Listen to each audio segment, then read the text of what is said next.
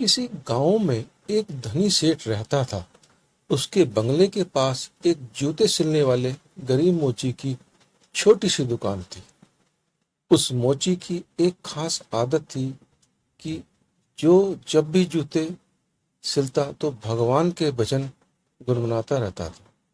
लेकिन सेठ ने कभी उसके भजनों की तरफ ध्यान नहीं दिया। एक दिन सेठ व्यापार के सिलसिले में विदेश गया और घर लौटते वक्त उसकी तबीयत बहुत खराब हो गई। लेकिन पैसे की कोई कमी तो थी नहीं, सो देश विदेशों से डॉक्टर, वैद्य, हकीमों को बुलाया गया, लेकिन कोई भी सेठ की बीमारी का इलाज नहीं कर सका। अब सेठ की तबीयत दिन प्रतिदिन खराब होती जा रही थी। वह चल फिर भी नहीं पाता था। एक दिन वह घर में अपने बिस्तर पे लेटा था। अचानक उसके कान में मोची के भजन गाने की आवाज सुनाई दी। आज मोची के भजन कुछ अच्छे लग रहे थे सेठ को। कुछ ही देर में सेठ इतना मंत्रमुग्ध हो गया कि उसे लगा जैसे वो साक्षात परमात्मा से मिलन कर रहा हो।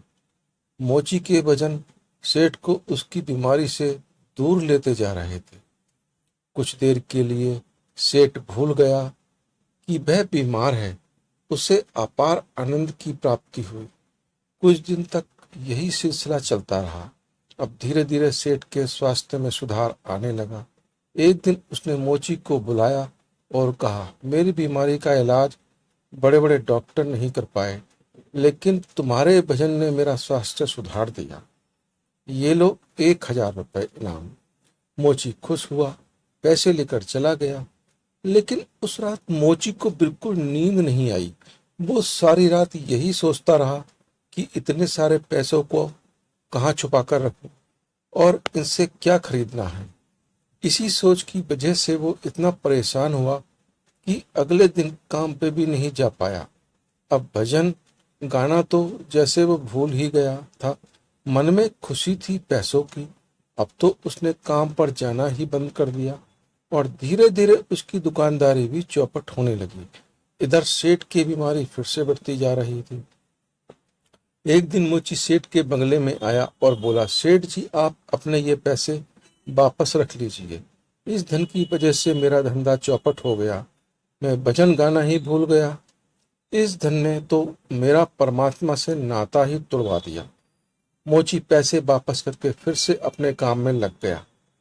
मित्रों, ये एक कहानी मात्र नहीं है, ये एक सीख है कि किस तरह हम पैसों का लालच आपको अपनों से दूर ले जाता है। हम भूल जाते हैं कि कोई ऐसी शक्ति भी है जिसने हमें बनाया है। आज के माहौल में ये सब बहुत देखने को मिलता है। लोग 24 घंटे सिर्फ जॉब की बात करते हैं, बिजनेस की बात करते हैं, पैसों की बात करते हैं। हालांकि धन जीवन यापन के लिए बहुत जरूरी है, लेकिन उसके लिए अपने अस्तित्व को भूल जाना मूर्खता ही है। आप खूब पैसा कमाइए, लेकिन साथ ही साथ अपने माता पिता की सेवा करिए, दूसरों के हित की बात सोचिए और भगवान का स्मरण करिए। इस कहानी से आपको क्या शिक्षा मिली, कमेंट करके जरूर बताएं।